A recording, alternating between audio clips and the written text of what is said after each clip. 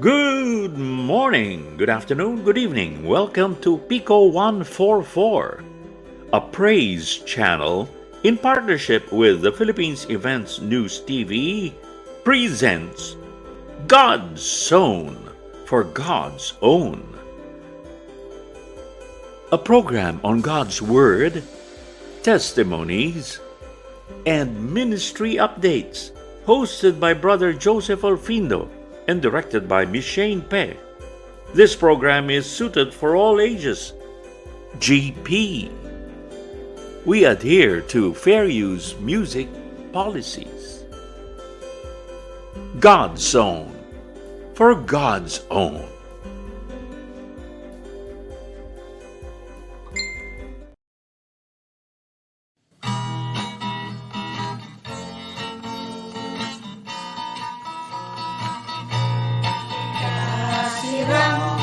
Ikasirang, Diyos na haling, Diyos na haling.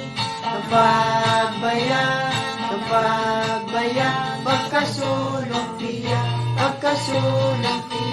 Tuloy kasirang, Diyos na haling. Kapagbaya, pagkasulong piya. Ikasirang,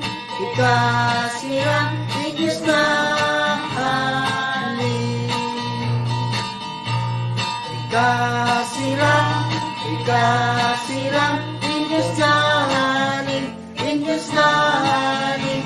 Kapagbaya, pagkasulong piya. Tuloy kasirang, Diyos na haling. Kapagbaya, pagkasulong piya. Ikasirang, Diyos na haling.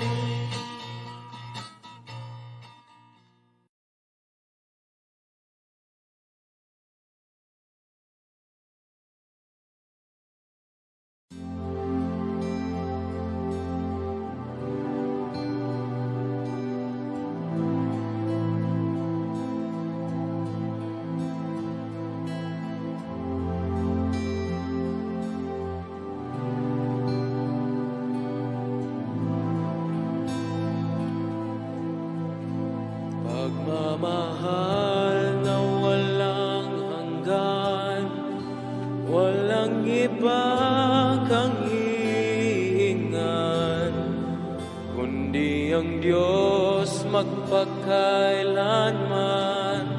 Wala nang iba, kundi ang Diyos lang. Ang biyayang Kanyang binigay ay para sa lahat ng nilalang. Makasalanan pa ay pinatawad na. Yan ang Diyos ni Abraham. Dakilang pagmamahal ang ibigay ang anak niya upang tubusin ang lahat ng ating sala. Dakilang pagmamahal ang ibigay ang anak niya upang tuparin ang pangako niya. Dakilang pagmamahal ang ibigay ang anak niya. Dakilang pagmamahal sa mga tatawaging Kanya.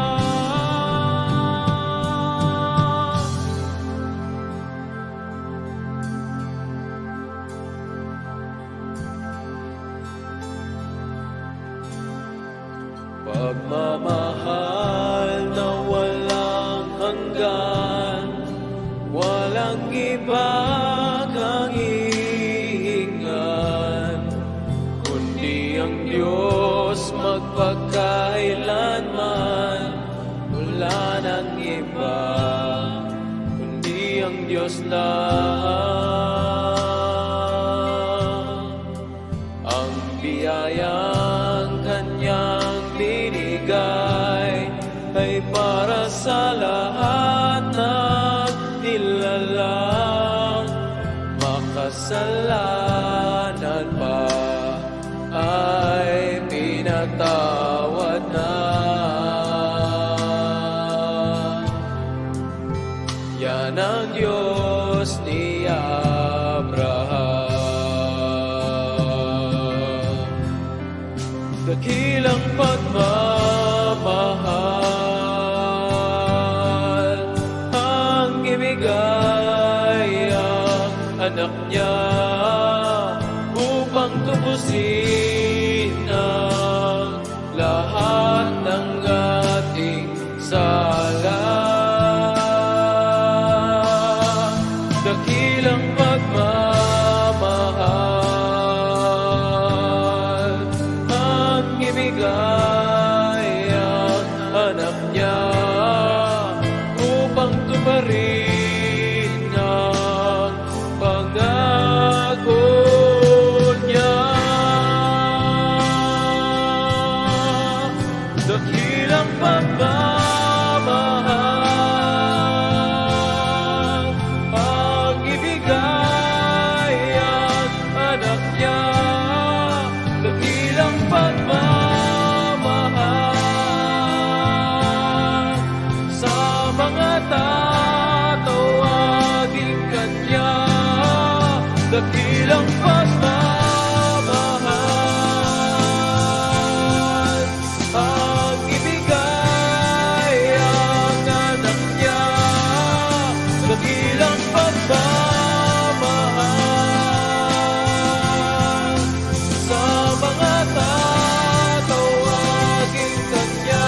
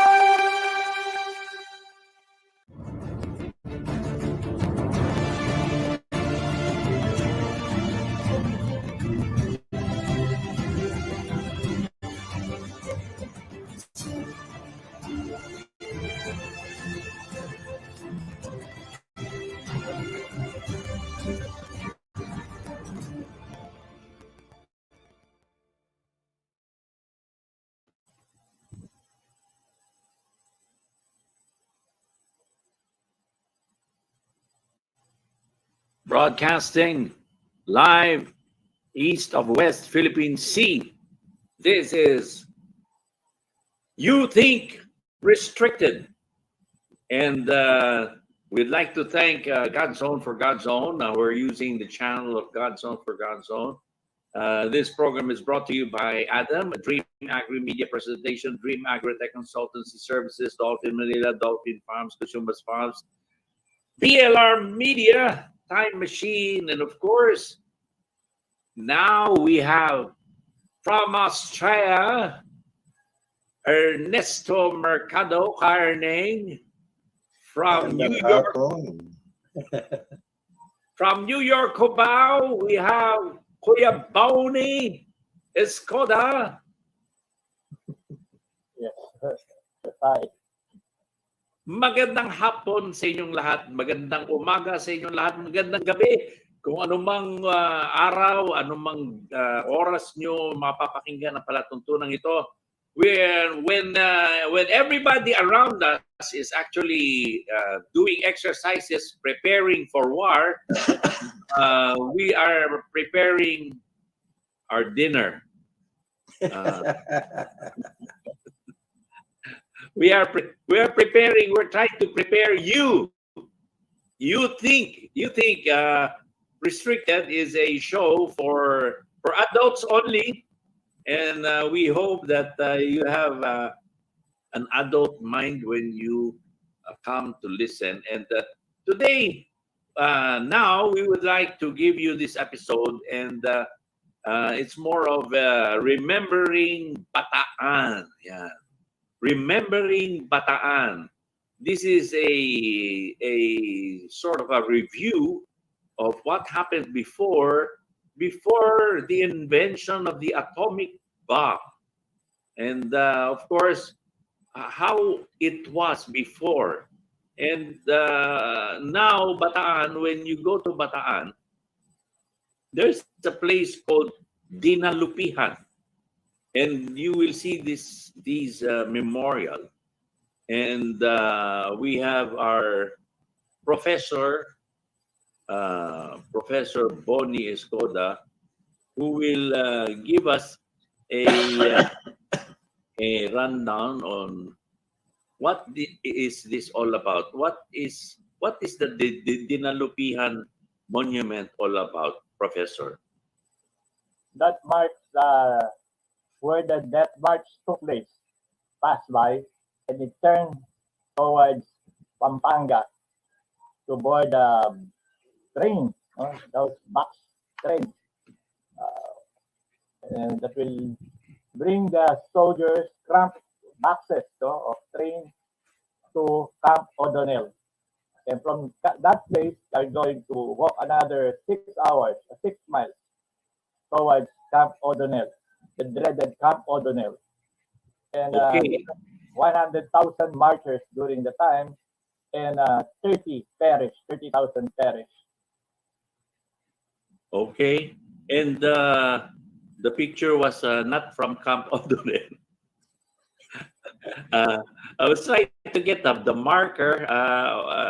Our professor also took a picture of the marker of the Death March marker. It's called the Death March marker. From zero, where the marcher started, where the death march started, up to that Yan. place. And all the places where the death march took place as a marker like that, kilometer. That's not the kilometer to indicate how far it is from Manila, but where the march took place. The infamous Okay, so death march took place, passed by. ano ba yan? From camp to camp ba yan? Yung Death March na yan? No, from zero, from Mariveles, where it started. Okay? Mariveles, Bataan to Camp O'Donnell. Yes. Okay. And mga kaibigan, ang Kuya Bonnie po, ayan, nung bata pa siya, nandun siya sa Bataan. Tama ba? Kinuna niya yung death march. Nung stage, Oo. at the age of 20, first time ko nakapunta sa Bataan, nung first time natulog sa Palanga. Akala ko, nandun si Kuya Bonnie, nag-i-interview na ng Death March eh. Ano yung interview ko mga ibang participants yan? May mga na-interview ko no? Ayan. Ayan ako na, Bonnie, kasi meron siyang libro. Ang title ng libro ay The Wars of Asia, The Rape of Manila. Yan. At makikita ninyo dyan kung sino yung mga rapist, di ba? Ng Manila. At Biro nga eh. The Rape of Manila. Ako raw yung The Rapist of Manila. Laki Manila. ayan, makita nyo. Ayan, the author of the book entitled Warsaw of Asia, The Rape of Manila. Pero how did it all start? Ano ba yan? Meron binigay sa Kuya Bonnie na may binigay si Kuya Bonnie na mga kaibigan ano kayo? Andap kayo, medyo marami kaming na research. Hindi namin pwedeng ipalabas lahat, pero we will just give you snippets and hopefully ilalagay namin itong kung ano yung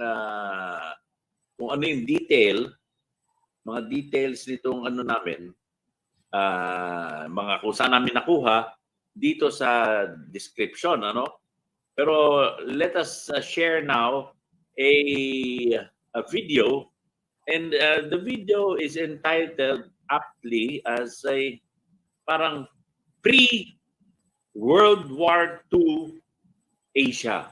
Ayan. Ano ba ang pre-World War II Asia? Ayan. Kuya Bonnie, pwede mo ba kami bigyan ng idea on how it was before sa iyong research before World War II? Yan ang bago na dinusog ng Japanese ang Manchuria. Nag-declare sila ng war against China. Yan nag-start lahat yan. Actually, target talaga ng China. They're the plan. So, they bombed a bridge there and blame it to the Japanese and to the Chinese. And that started it. The justification of the invasion towards Nanking, where the famous for the book, The Rape of Nanking.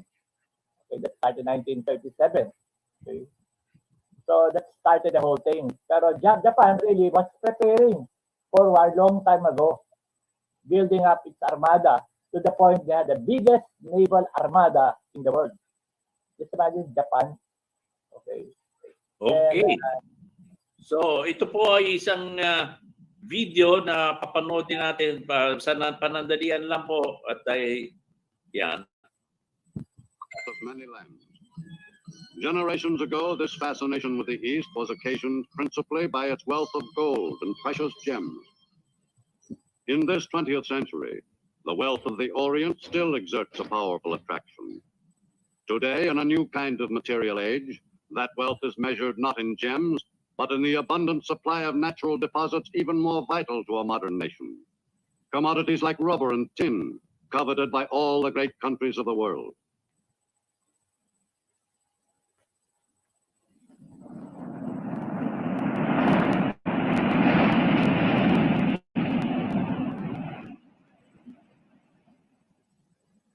In Washington, in March 1935, an important new chapter was begun in the history of a group of 7,000 islands, lying some 10,000 miles away in the Pacific.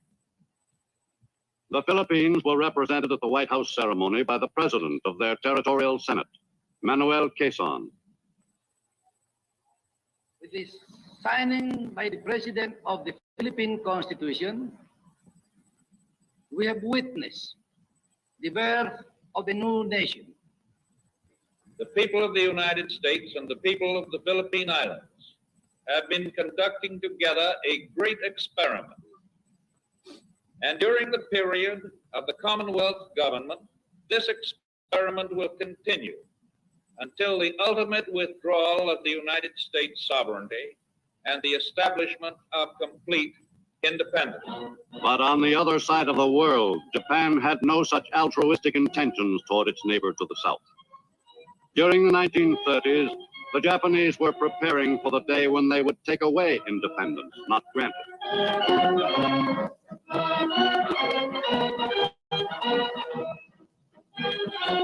The military clique was in firm control of Japan. Steeped in the tradition of such military heroes as Admiral Heihachiaro Togo, who had annihilated the Russian fleet in 1905, the military forces grew increasingly strong and assumed a more and more dominant position in the public consciousness. Okay. So, exciting. Exciting na. At syempre, hindi natin mapapalabas lahat. Pwede nyo mapanood yan. Available po sa YouTube yan. Pre-World War II Asia, Japan's wild ambition to conquer Asia and the Philippines. Ayan, by kilala ko ito Jose Maria Bonifacio Escoda. Sabi ko na nung panahon pa ng hapon, nandun na si Kuya Bonnie. Okay. So, Kuya Moni, so it was the ambition of Japan to conquer China, to conquer the Philippines, to conquer Asia, All Asia, all Asia.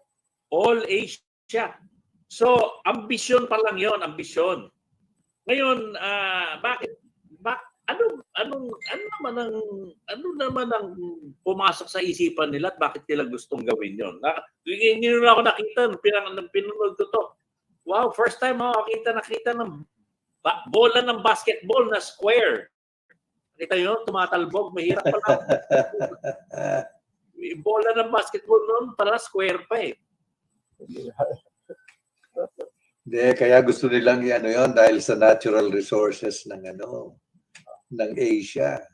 Oo. And alam mo, ito yung natural resources. Speaking of natural resources, ikinikwento sa akin ng mga lolo at lola ko na nung panahon bago magkagera, sa Catanduanes, the Japanese were already there. They were mining coal. So, in peacetime, ang tawag nila peacetime. Yan, tanungin nga natin si Kuya Bonnie, bakit ba tinawag nila peacetime yun? Peacetime.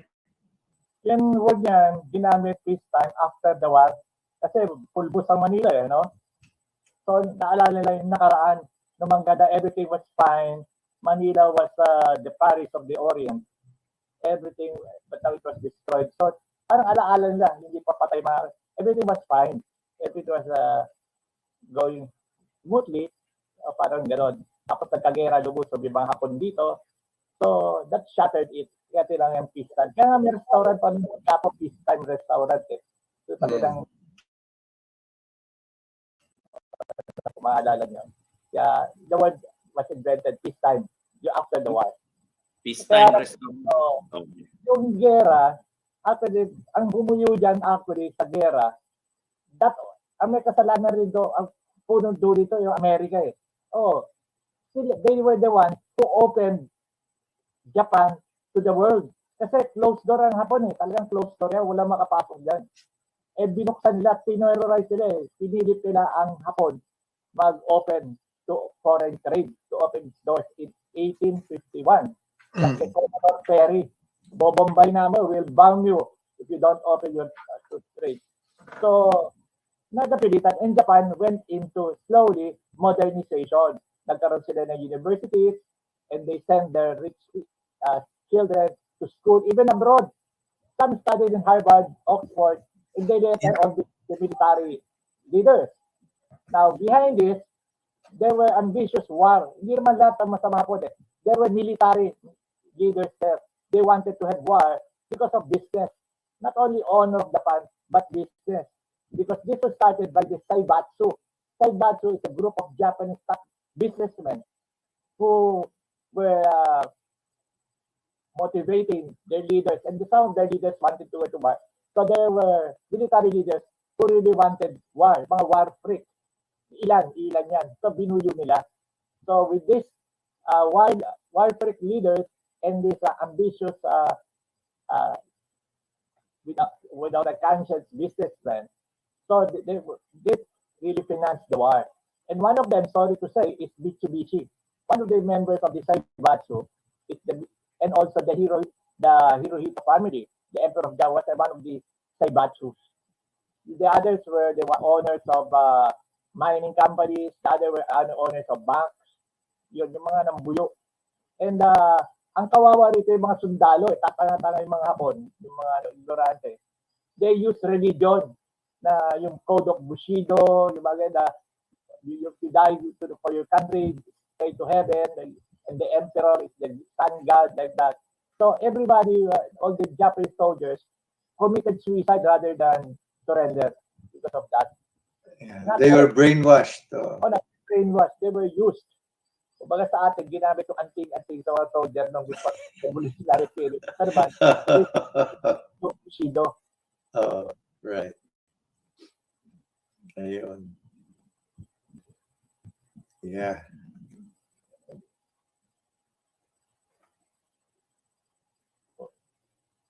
You're on mute, Joseph. Habang nangyayari ito, pumasok ng Japan, kung hindi ako nagkakamali, December 7. Binomba yung Pearl Harbor. Sneak attack, patraidor. Walang announcement. Walang announcement. And one more thing, yung mga migrants na Japanese sa United States, they use them as the spies. Some of them were spying. All the movements of pati sa Philippines, they were spying. Disguised as newspaperman, like the friend of my father. Okay sa mga may-ari ng restaurants. Yeah. Talagang well-planned eh. Well-planned. Sa intelligence, walang sinabi Amerika sa intelligence ng Hapon. Dahil ano nga sila, brainwashed. That's why most of the migrants were in America, in the Philippines. And there were also businessmen, fishermen. Engaged sa fishermen sa abaka industry. Kaya sa Davao, malaki, may parang Japan City yan, Davao City doon. Malaking investment ng Japan dyan sa Davao. Kahit ang laki ng investment nila sa abaka industry, copra, mga Japanese. Mahusay sila na planter na farmer, mga Japanese. Number 1 sila. Saka sa fisherman. Sila nagturo sa atin ng fishing industry. At inabuso ng iba ng mga Japanese. Yung iba, they had partners, no, na Filipino partners. Sa BBB, yung BBB beer, Japanese owned yun. Balintawak Beer Brewery. Ngayon, ayan. Balintawak Beer Brewery. Bago nagkaroon ng San Miguel Beer Brewery, merong Balintawak. Ganun ba? Yes. Magandang istorya yan. Napag-usapan namin yan ni Kuya Bonnie minsan. Yung Balintawak Brewery na yan.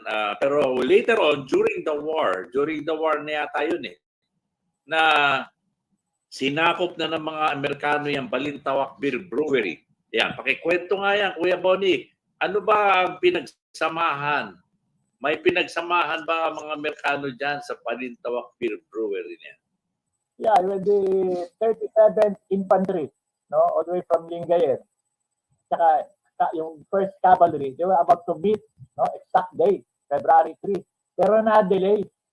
Because when they passed through that Bulacan, itong 37 were received by the Filipinos. Victory Joe! And they showed the beer brewery, pati mga unbottled beer doon. So they got it, they filled their helmets, their neck kit. So, ng beer, tukwa mga Amerikano. So they wanted to stop it, pero they could not stop it anymore. Talagang, ilang thousand so the soldiers. Tuntua, kaya neck kit sa mga 37 infantry, guys, sila, hindi tubig, kundi beer. Beer ng Hapon. Napapatila po yung beer ng Hapon.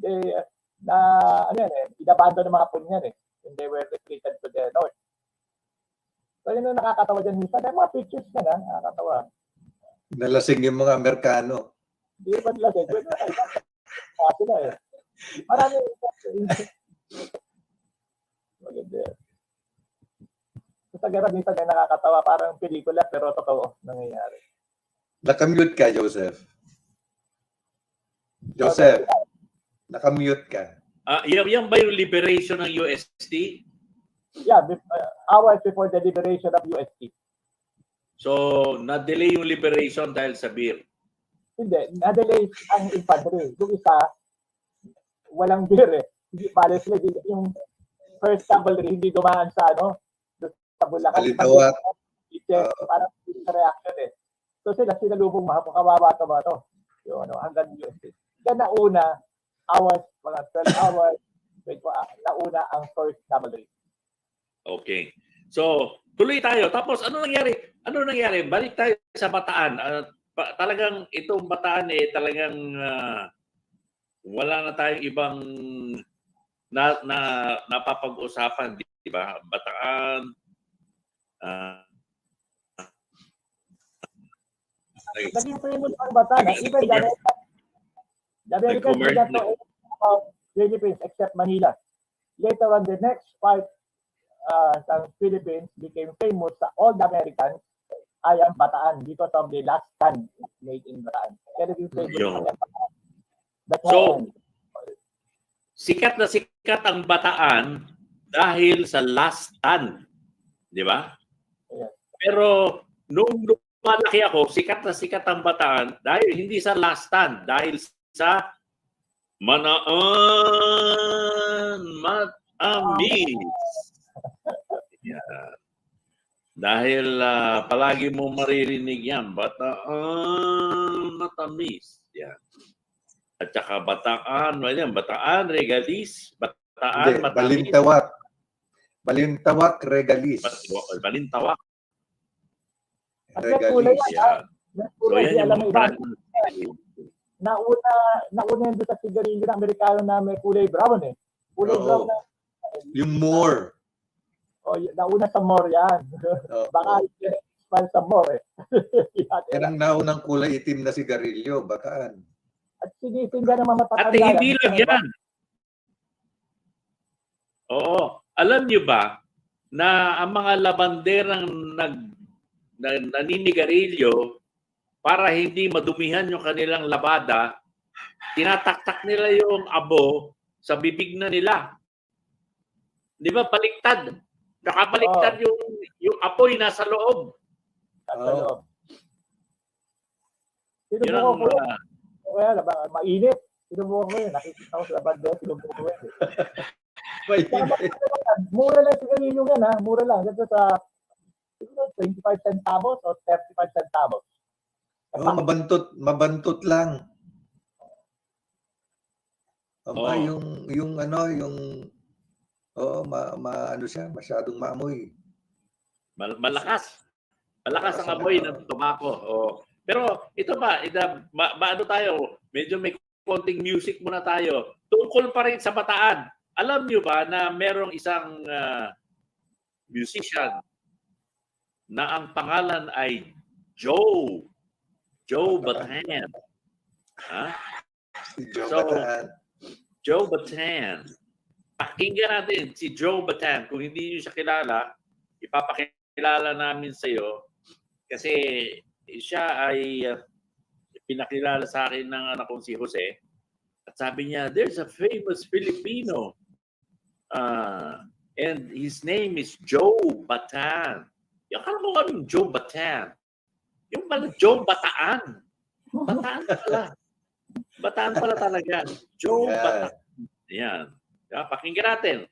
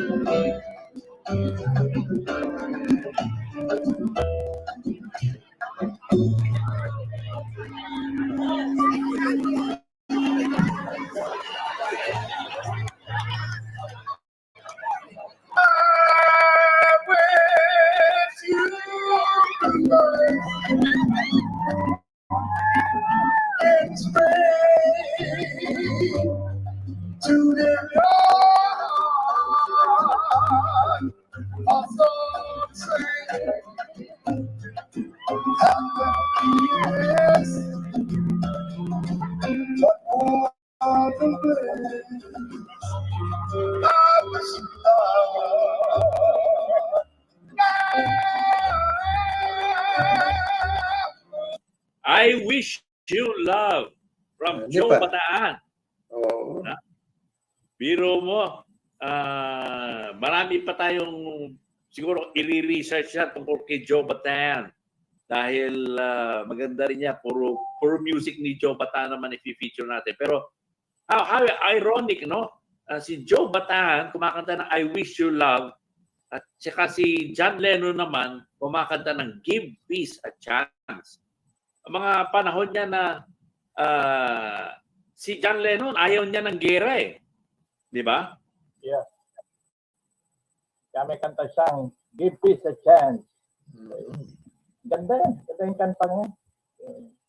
Naalala ko yung Give Peace a Chance kasi binabanggit niya ni Bonnie na nung meron siyang radio, nung panahon na meron siyang radio station,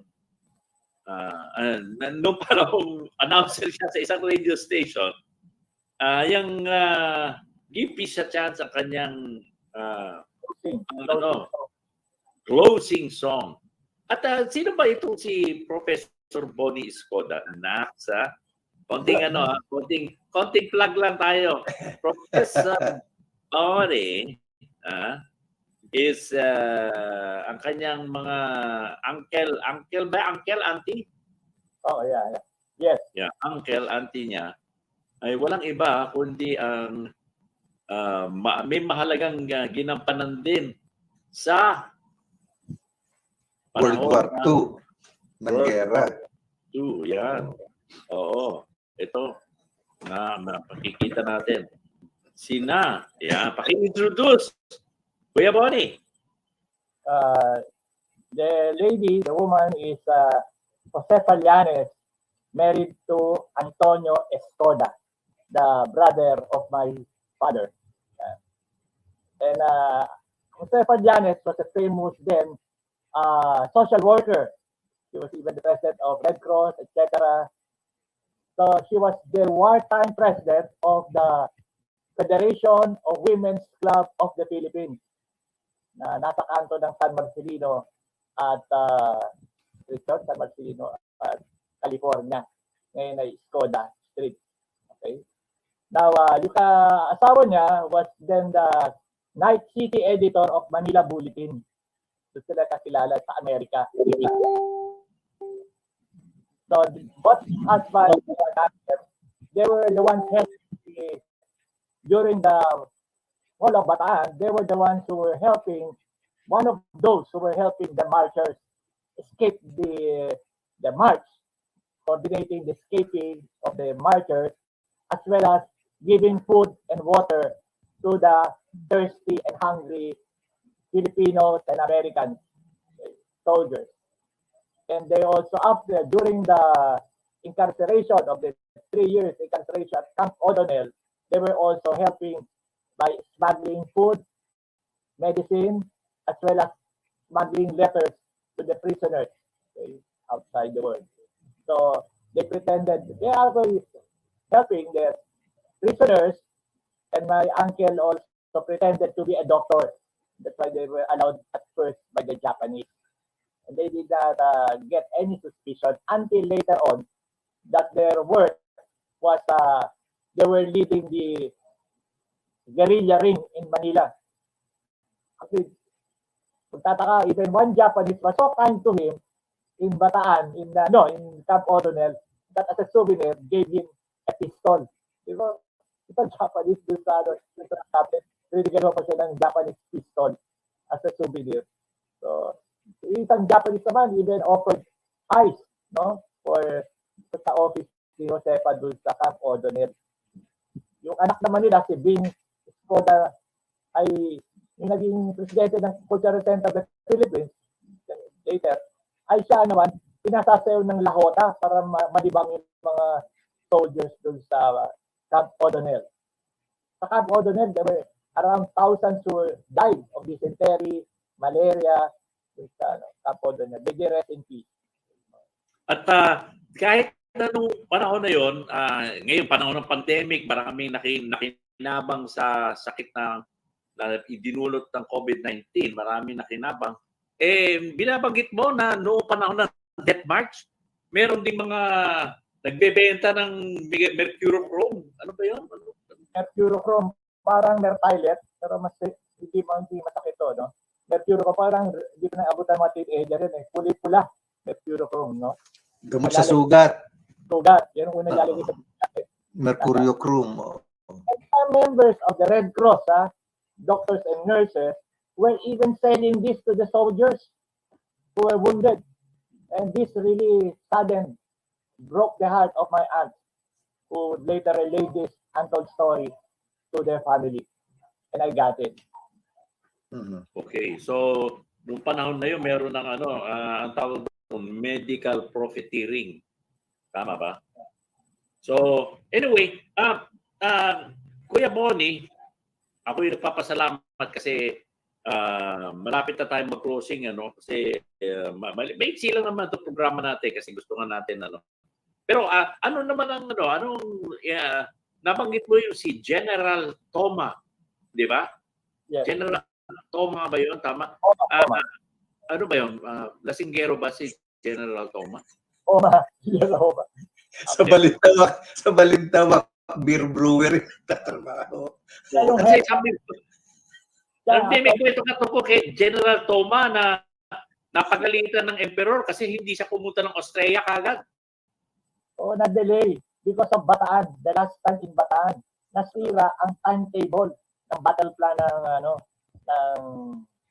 Japanese. Kala nila madali lang makuha ang Pilipinas just like they took other islands, so other nations like Singapore in a few days, etc. But they were surprised that the Filipinos did not welcome them. They were more pro-American than pro-Japanese. Meron palang malaking ginampanan din ng mga igorot diyan, kasi hindi daw ang mga igorot daw talagang lumaban sa Japanese army noon, panahon na 'yon. Yeah, walang makasakop diyan eh. Even the Americans and the Spaniards. Okay. Oh. Biro mo, pasalamat pala ang Australia sa atin dahil sa Bataan March na-delay ang pasok ng Japanese sa Australia kaya hindi masyadong naapektuhan ng Australia, ganun ba? Yeah. Binomba nila ang Darwin. Pero hindi masyadong napuruhan. Hindi. Kasi na-deplete na yung kanilang timetable, nasira yung kanilang timetable. Mga kaibigan, we think, and the reason for this program is that we hope with the vast knowledge that we can get from the internet, marami po kayong pwedeng i-research dyan sa mga panahong ito. At bakit po namin sinishare ito? Kasi I think it's about time that we think, we think about these things. Kasi kung hindi po ninyo alam, ito pong Bataan Death March and kalunos-lunos at ayaw ko nang ipakita pero may mga picture na lang, Pero sa internet, pagka kayo nag-research, makikita nyo na most people have no idea what's coming. Ano ba yung what's coming na yan? Is Jesus Christ coming already? Kung tutusin, saliksikin ninyo ang inyong mga internet, ang mga lahat ay yan. May mga nagpe-prepare for war. Sabi nga dito, can't the Chinese Air Force fight at night? Ayan, may mga na sila. Ito, Russia-Ukraine war. North Korea helping arm Russia. Okay. Tapos ito make-up ad yan. Ang make-up ad ng India, parang kino-cover lang nila yung mukha nila. Tapos yung pala, nabubugbog na yung parang rin yan. Mga relationship sa nation. Ito, Chinese aircraft carrier preparing to encircle Taiwan. Ano naman ang sagot ng Amerika? China alert. US sends emergency troops. Tayo, nanonood lang tayo sa internet. We are being entertained. Pero alam nyo ba na substantial threat? Russia moves its warships to northern base. Ang dami pong mga nangyayari. US sees Taiwan as vulnerable to Chinese air attack. Ang dami po. Chinese versus Japan. China versus Japan. Ito, bumalik na naman. Kaya ko naalala yung sinabi ni Professor Bonnie kasi dati ang China ang may ambisyon para sa Asia. Ngayon, dati ang Japan ang may ambisyon sa Asia. Now is the Chinese turn. China naman ngayon ang may ambisyon na ang Asia, i-invade ang Asia. So It's the other way around now. Oo. Ang question is greediness eh. Greed. Yeah. That's evil eh. Actually, evil forces are behind it all. And they're working especially to countries led by godless people. Right? Yeah. Oo. Yun, ito nga, nakalagay. US-China war over Taiwan imminent. O, di ba? Nakakaano na sila eh. That's why Ang Australia. nakakatakot dyan, yun na nga, yung mga bases sa Pilipinas, no? Nagpapadala na ng mga tao dyan ng Amerika. So once sumiklab yung gera dyan sa Taiwan, Pilipinas kaagad, delikado. Same with Australia. Oh, kasi uunahin nila yan eh, di ba? Kasi syempre bago maka-react, in fact, buti na lang nabanggit mo yan. Kasi meron ng talagang ito nga yung latest mga Kaya nga may war games na tayo dyan, di ba? Yung balikatan. oh. Kaya nga lahat sila nagpe-prepare for war, Right. di ba? Mm-hmm. Anong preparation natin? Tayo, ano ang preparation natin? Ayan, nakikita nyo ba yan? US-Philippines in biggest drill ever aimed, talaga, specifically aimed at China. At China. Kaya nga tayo nagkakaroon ng balikatan dyan. We're preparing kung anong mangyayari man sa Taiwan and China. We're prepared. Problema, ang unang pasasabugin tayo, Pilipinas. Alam niyo, sa una pa lang, unang-una, 1949, yung naging communist ang China, talagang target nila makuha yung Taiwan eh. Target talaga nila to expand the communist. That's the reason why the Americans gave the wholehearted support sa Japan para ma-stop doon. Kaya kahit na Japan ay kontrabida ng gera, maraming namatay doon sa kanila. Talaga mas tinulungan nila to stop the communist aggression, expansion in Asia. That's the real reason behind it. Right. Yan. At habang pinag-uusapan natin to, napakahalagang malaman natin na ang lahat ay nagpe-prepare nga, di ba? Sabihin nila, lahat nagpe-prepare for war. Kami naman ni Ernie, nagpe-prepare kami para sa concert. Dahil baka yung concert namin, baka hindi na matuloy yung concert. Baka hindi na matuloy yung concert. Una, yung concert namin sa pamamagitan ng pandemic, nagsama kami, nagkita-kita kami through Zoom, ganyan. Tapos nag-record kami. Sabi ko, nako, ito na. Malapit na tayong matapos. Kaya lang, baka matapos tayo. Hindi na natin maipalabas. Sana tayo bigyan na tayong pagkakataon na maipalabas pa natin ang ating dahil yung ating tema tayo yung magkakapatid, di ba? Kung tutuusin. In a world of love, the days are filled with sunshine. Just be there. My brother, take my hand. Yan mga lyrics ng awitin na ikaw ako tayo magkakapatid. Nung nagre-research ako dito sa episode natin, tuklasan ko na ito palang mga Taiwanese o yung mga taga-Naga. Yung Naga hindi sa Bicol, Naganese. Naga is a place between China and India. Tapos yung mga damit nila, ang damit sa Formosa, yung former Taiwan. Costume nila. Yung costume nila at saka yung costume ng mga Igorot, pareho. At sabi nga, nung nili-research sila, pare-pareho sila ng tradisyon na nung panahon ng mga tribal war nila, pinupugutan nila ng ulo yung mga natatalo. So, yun, sa Naga, yung sa Taiwan, meron pa sa Borneo, at saka yan dito sa ating mga Igorot. Kitang-kita na yun daw ang kanilang tradisyon. Ngayon, nawala yung tradisyon na yan. Alam nyo ba na ang mga Bugkalot, mga Igorot, dati noon, mga Ifugao, Igorot, Bugkalot, nag-aaway-aaway yan. At pagdating ng May, mayabong na yung fire tree, panahon na ng kanilang headhunting season daw yan. para yung mga gusto mag-asawa, kailangan meron kang ipapakita mo na warrior ka, meron ka trophy, nakapugod ka ng ilo.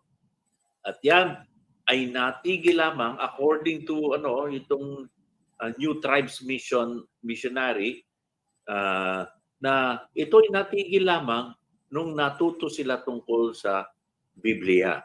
So nagkaroon ng transformation from warlike tribes to peaceful tribes. Kaya nga, yung kanta ni Professor Bonnie, Give Peace a Chance, di ba?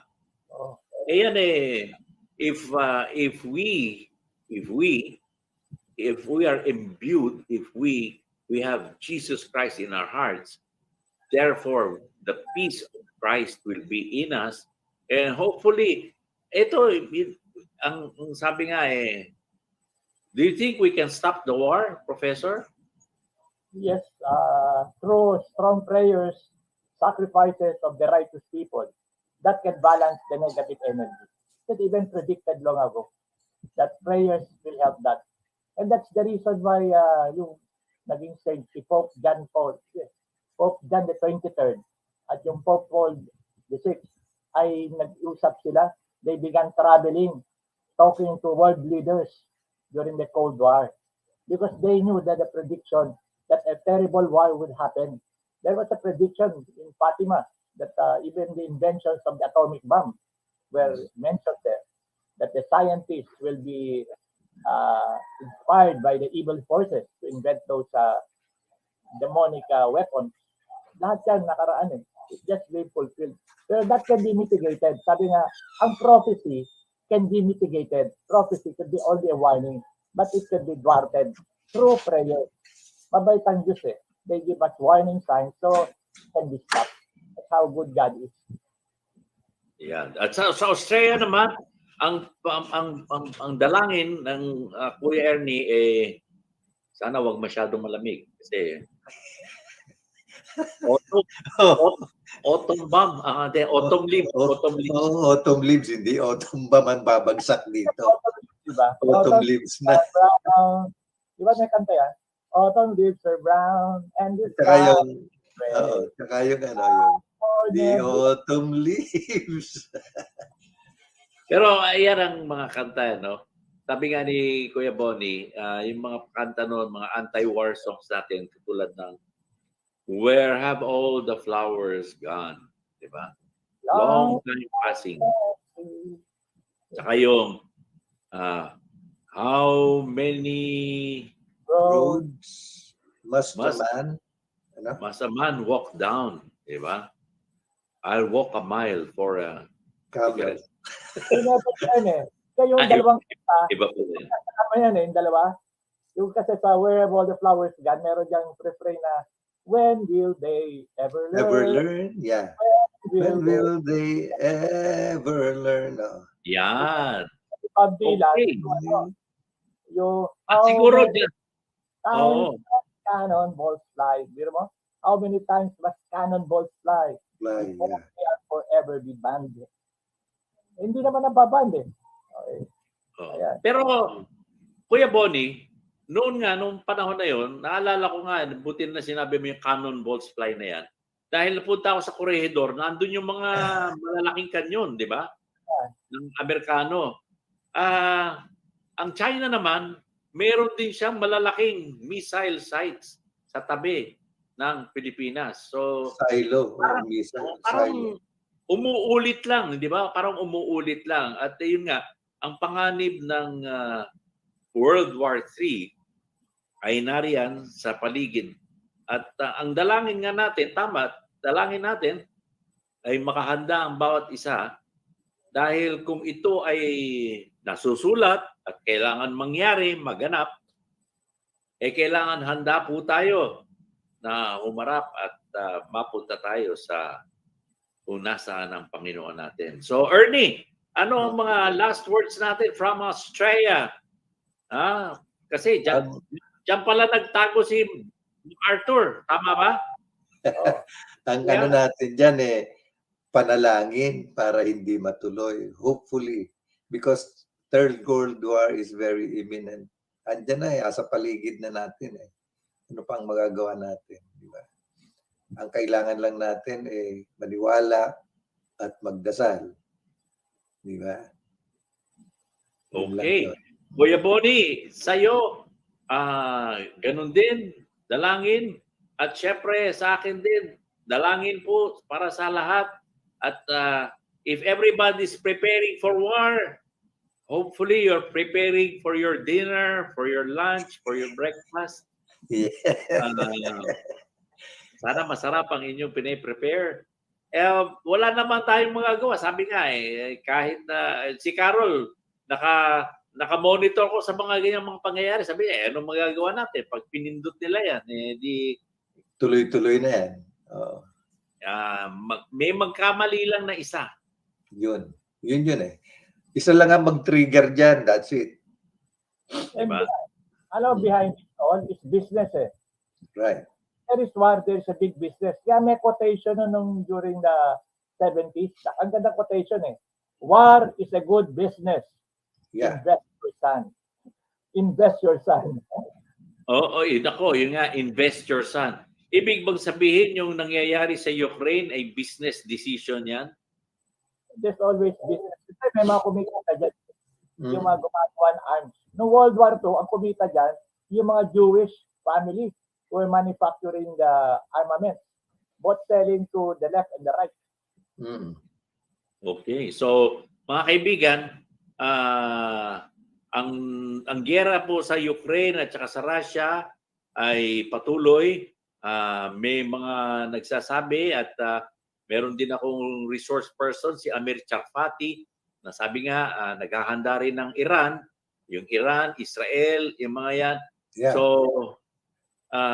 talagang recently, naglabas din ng China ng mga simulated war scenario na may mga manggagaling sa China, atakihin ng Taiwan, at meron ding tutulong pa ang North Korea.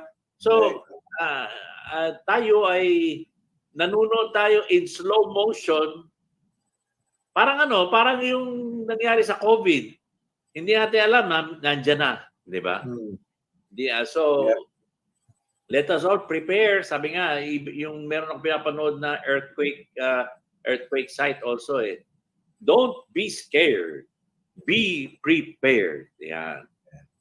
Alam nyo kung saan kukunin ng pagkain, saan kukunin ng tubig, at hopefully, pagka yan ay nagkaroon ng mga utukan, sandali lamang at mga precision ng mga So, hopefully, walang mga ligaw. Walang ligaw na tumapo sa inyo, pero kung may manligaw, siguro... Wala tayong magagawa. Maligawan kayo. Ligawan. Okay. Yung muli, mga kaibigan, let's just pray for one another. And as Professor Boni said sa kanyang pangwakas na awitin, let's give peace a chance. All we are saying is give peace a chance. Yan. Dahil ikaw ako tayo magkakapatid. Right.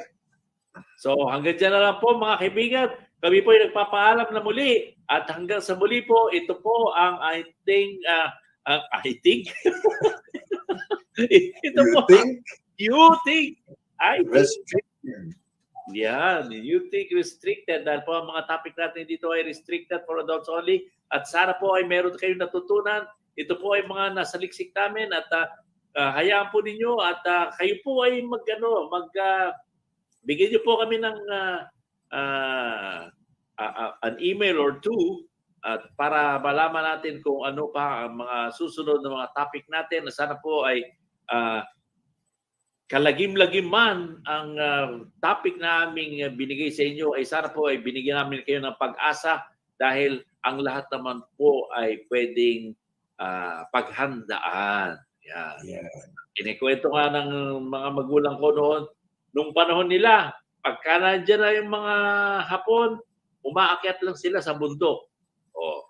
Ngayon, iba na. Pag dumarating ang hapon, sinasalubong na nila ng walang ano. At dyan po nagwawakas na ating pala, tuntunan. Mushe. Maraming po salamat mga kaibigan. Maraming salamat. Peace. Give peace a chance. Kuya Bonnie, Kuya Ernie, hanggang Good sa muli night. po. Maraming salamat. Good night. Good night, good morning, good afternoon, kung ano pong oras man na kayo na yan.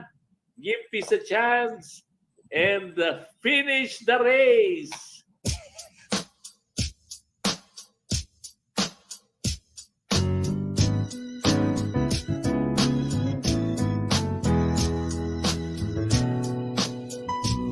Oh, run for God's glory, go finish the race.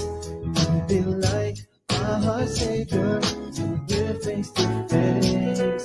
So know every word, obey what He says. Go teach and encourage to all nations learn to walk of Jesus Christ. Before with His heart. Too many become the first child and show them His love. Press on when you falter, rise up when you fall. He will never forsake you. With Him you'll be strong. So know every word, obey what He says. Go teach and encourage till all nations learn to walk in the path of Jesus Christ, conform with His heart. To make become the first child and show them His love. So pray without ceasing, cause we will fight. It is the battle, the lion is mine. Go run for God's glory, go finish the race. To be like our Savior, to give face to face. To be like our Savior, to give face to face. To be like our Savior, to give face to face.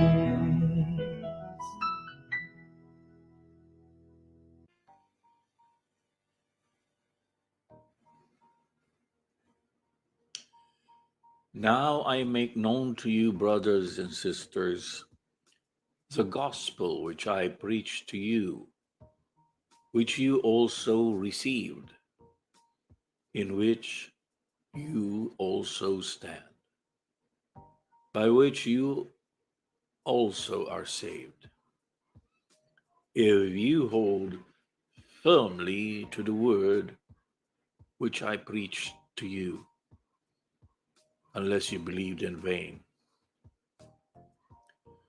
For I handed down to you as of first importance what I also received, that Christ died for our sins according to the Scriptures, and that He was buried, and that He was raised on the third day according to the Scriptures. A reminder from the Apostle Paul.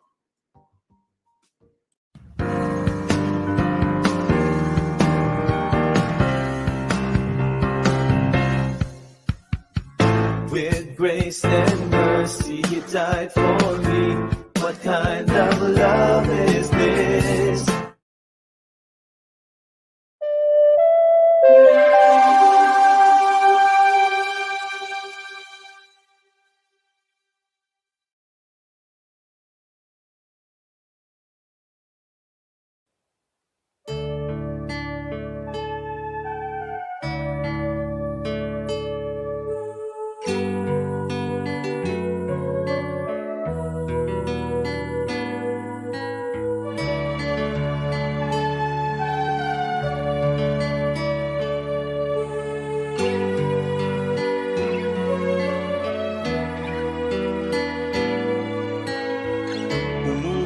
Huli ang ibon, nagsasayaw sa hangin at laging masaya.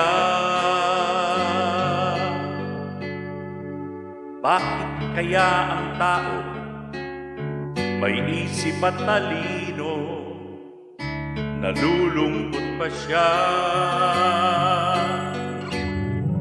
Matutuhan lang ng bawat nilikha ang umibig sa Diyos di sa daigdig, lungkot nila'y mapapawi.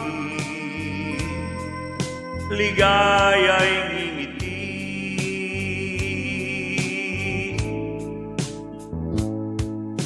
pag-ibig at pag-asa ang damdaming gigising sa taong nahimbing.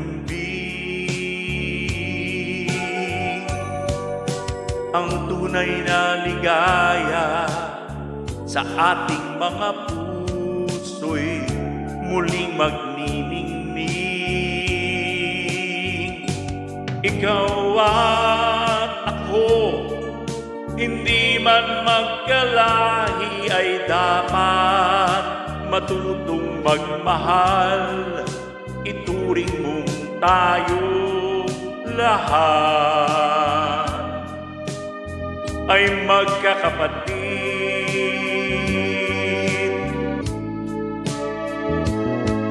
Tingnan niyo ang sarili sa ating kapwa-tao.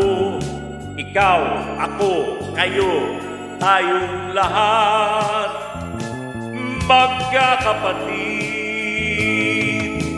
Kapatid, ikaw at ako, hindi man magkalahi, ay dapat matutong magmahal. Ituring mong tayong lahat ay magkakapatid. Ikaw at ako, hindi man magkalahi, ay dapat matutong magmahal.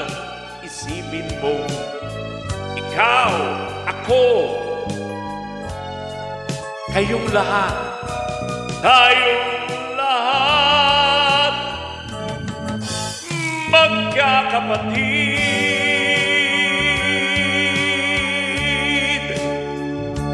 Magkakapatid.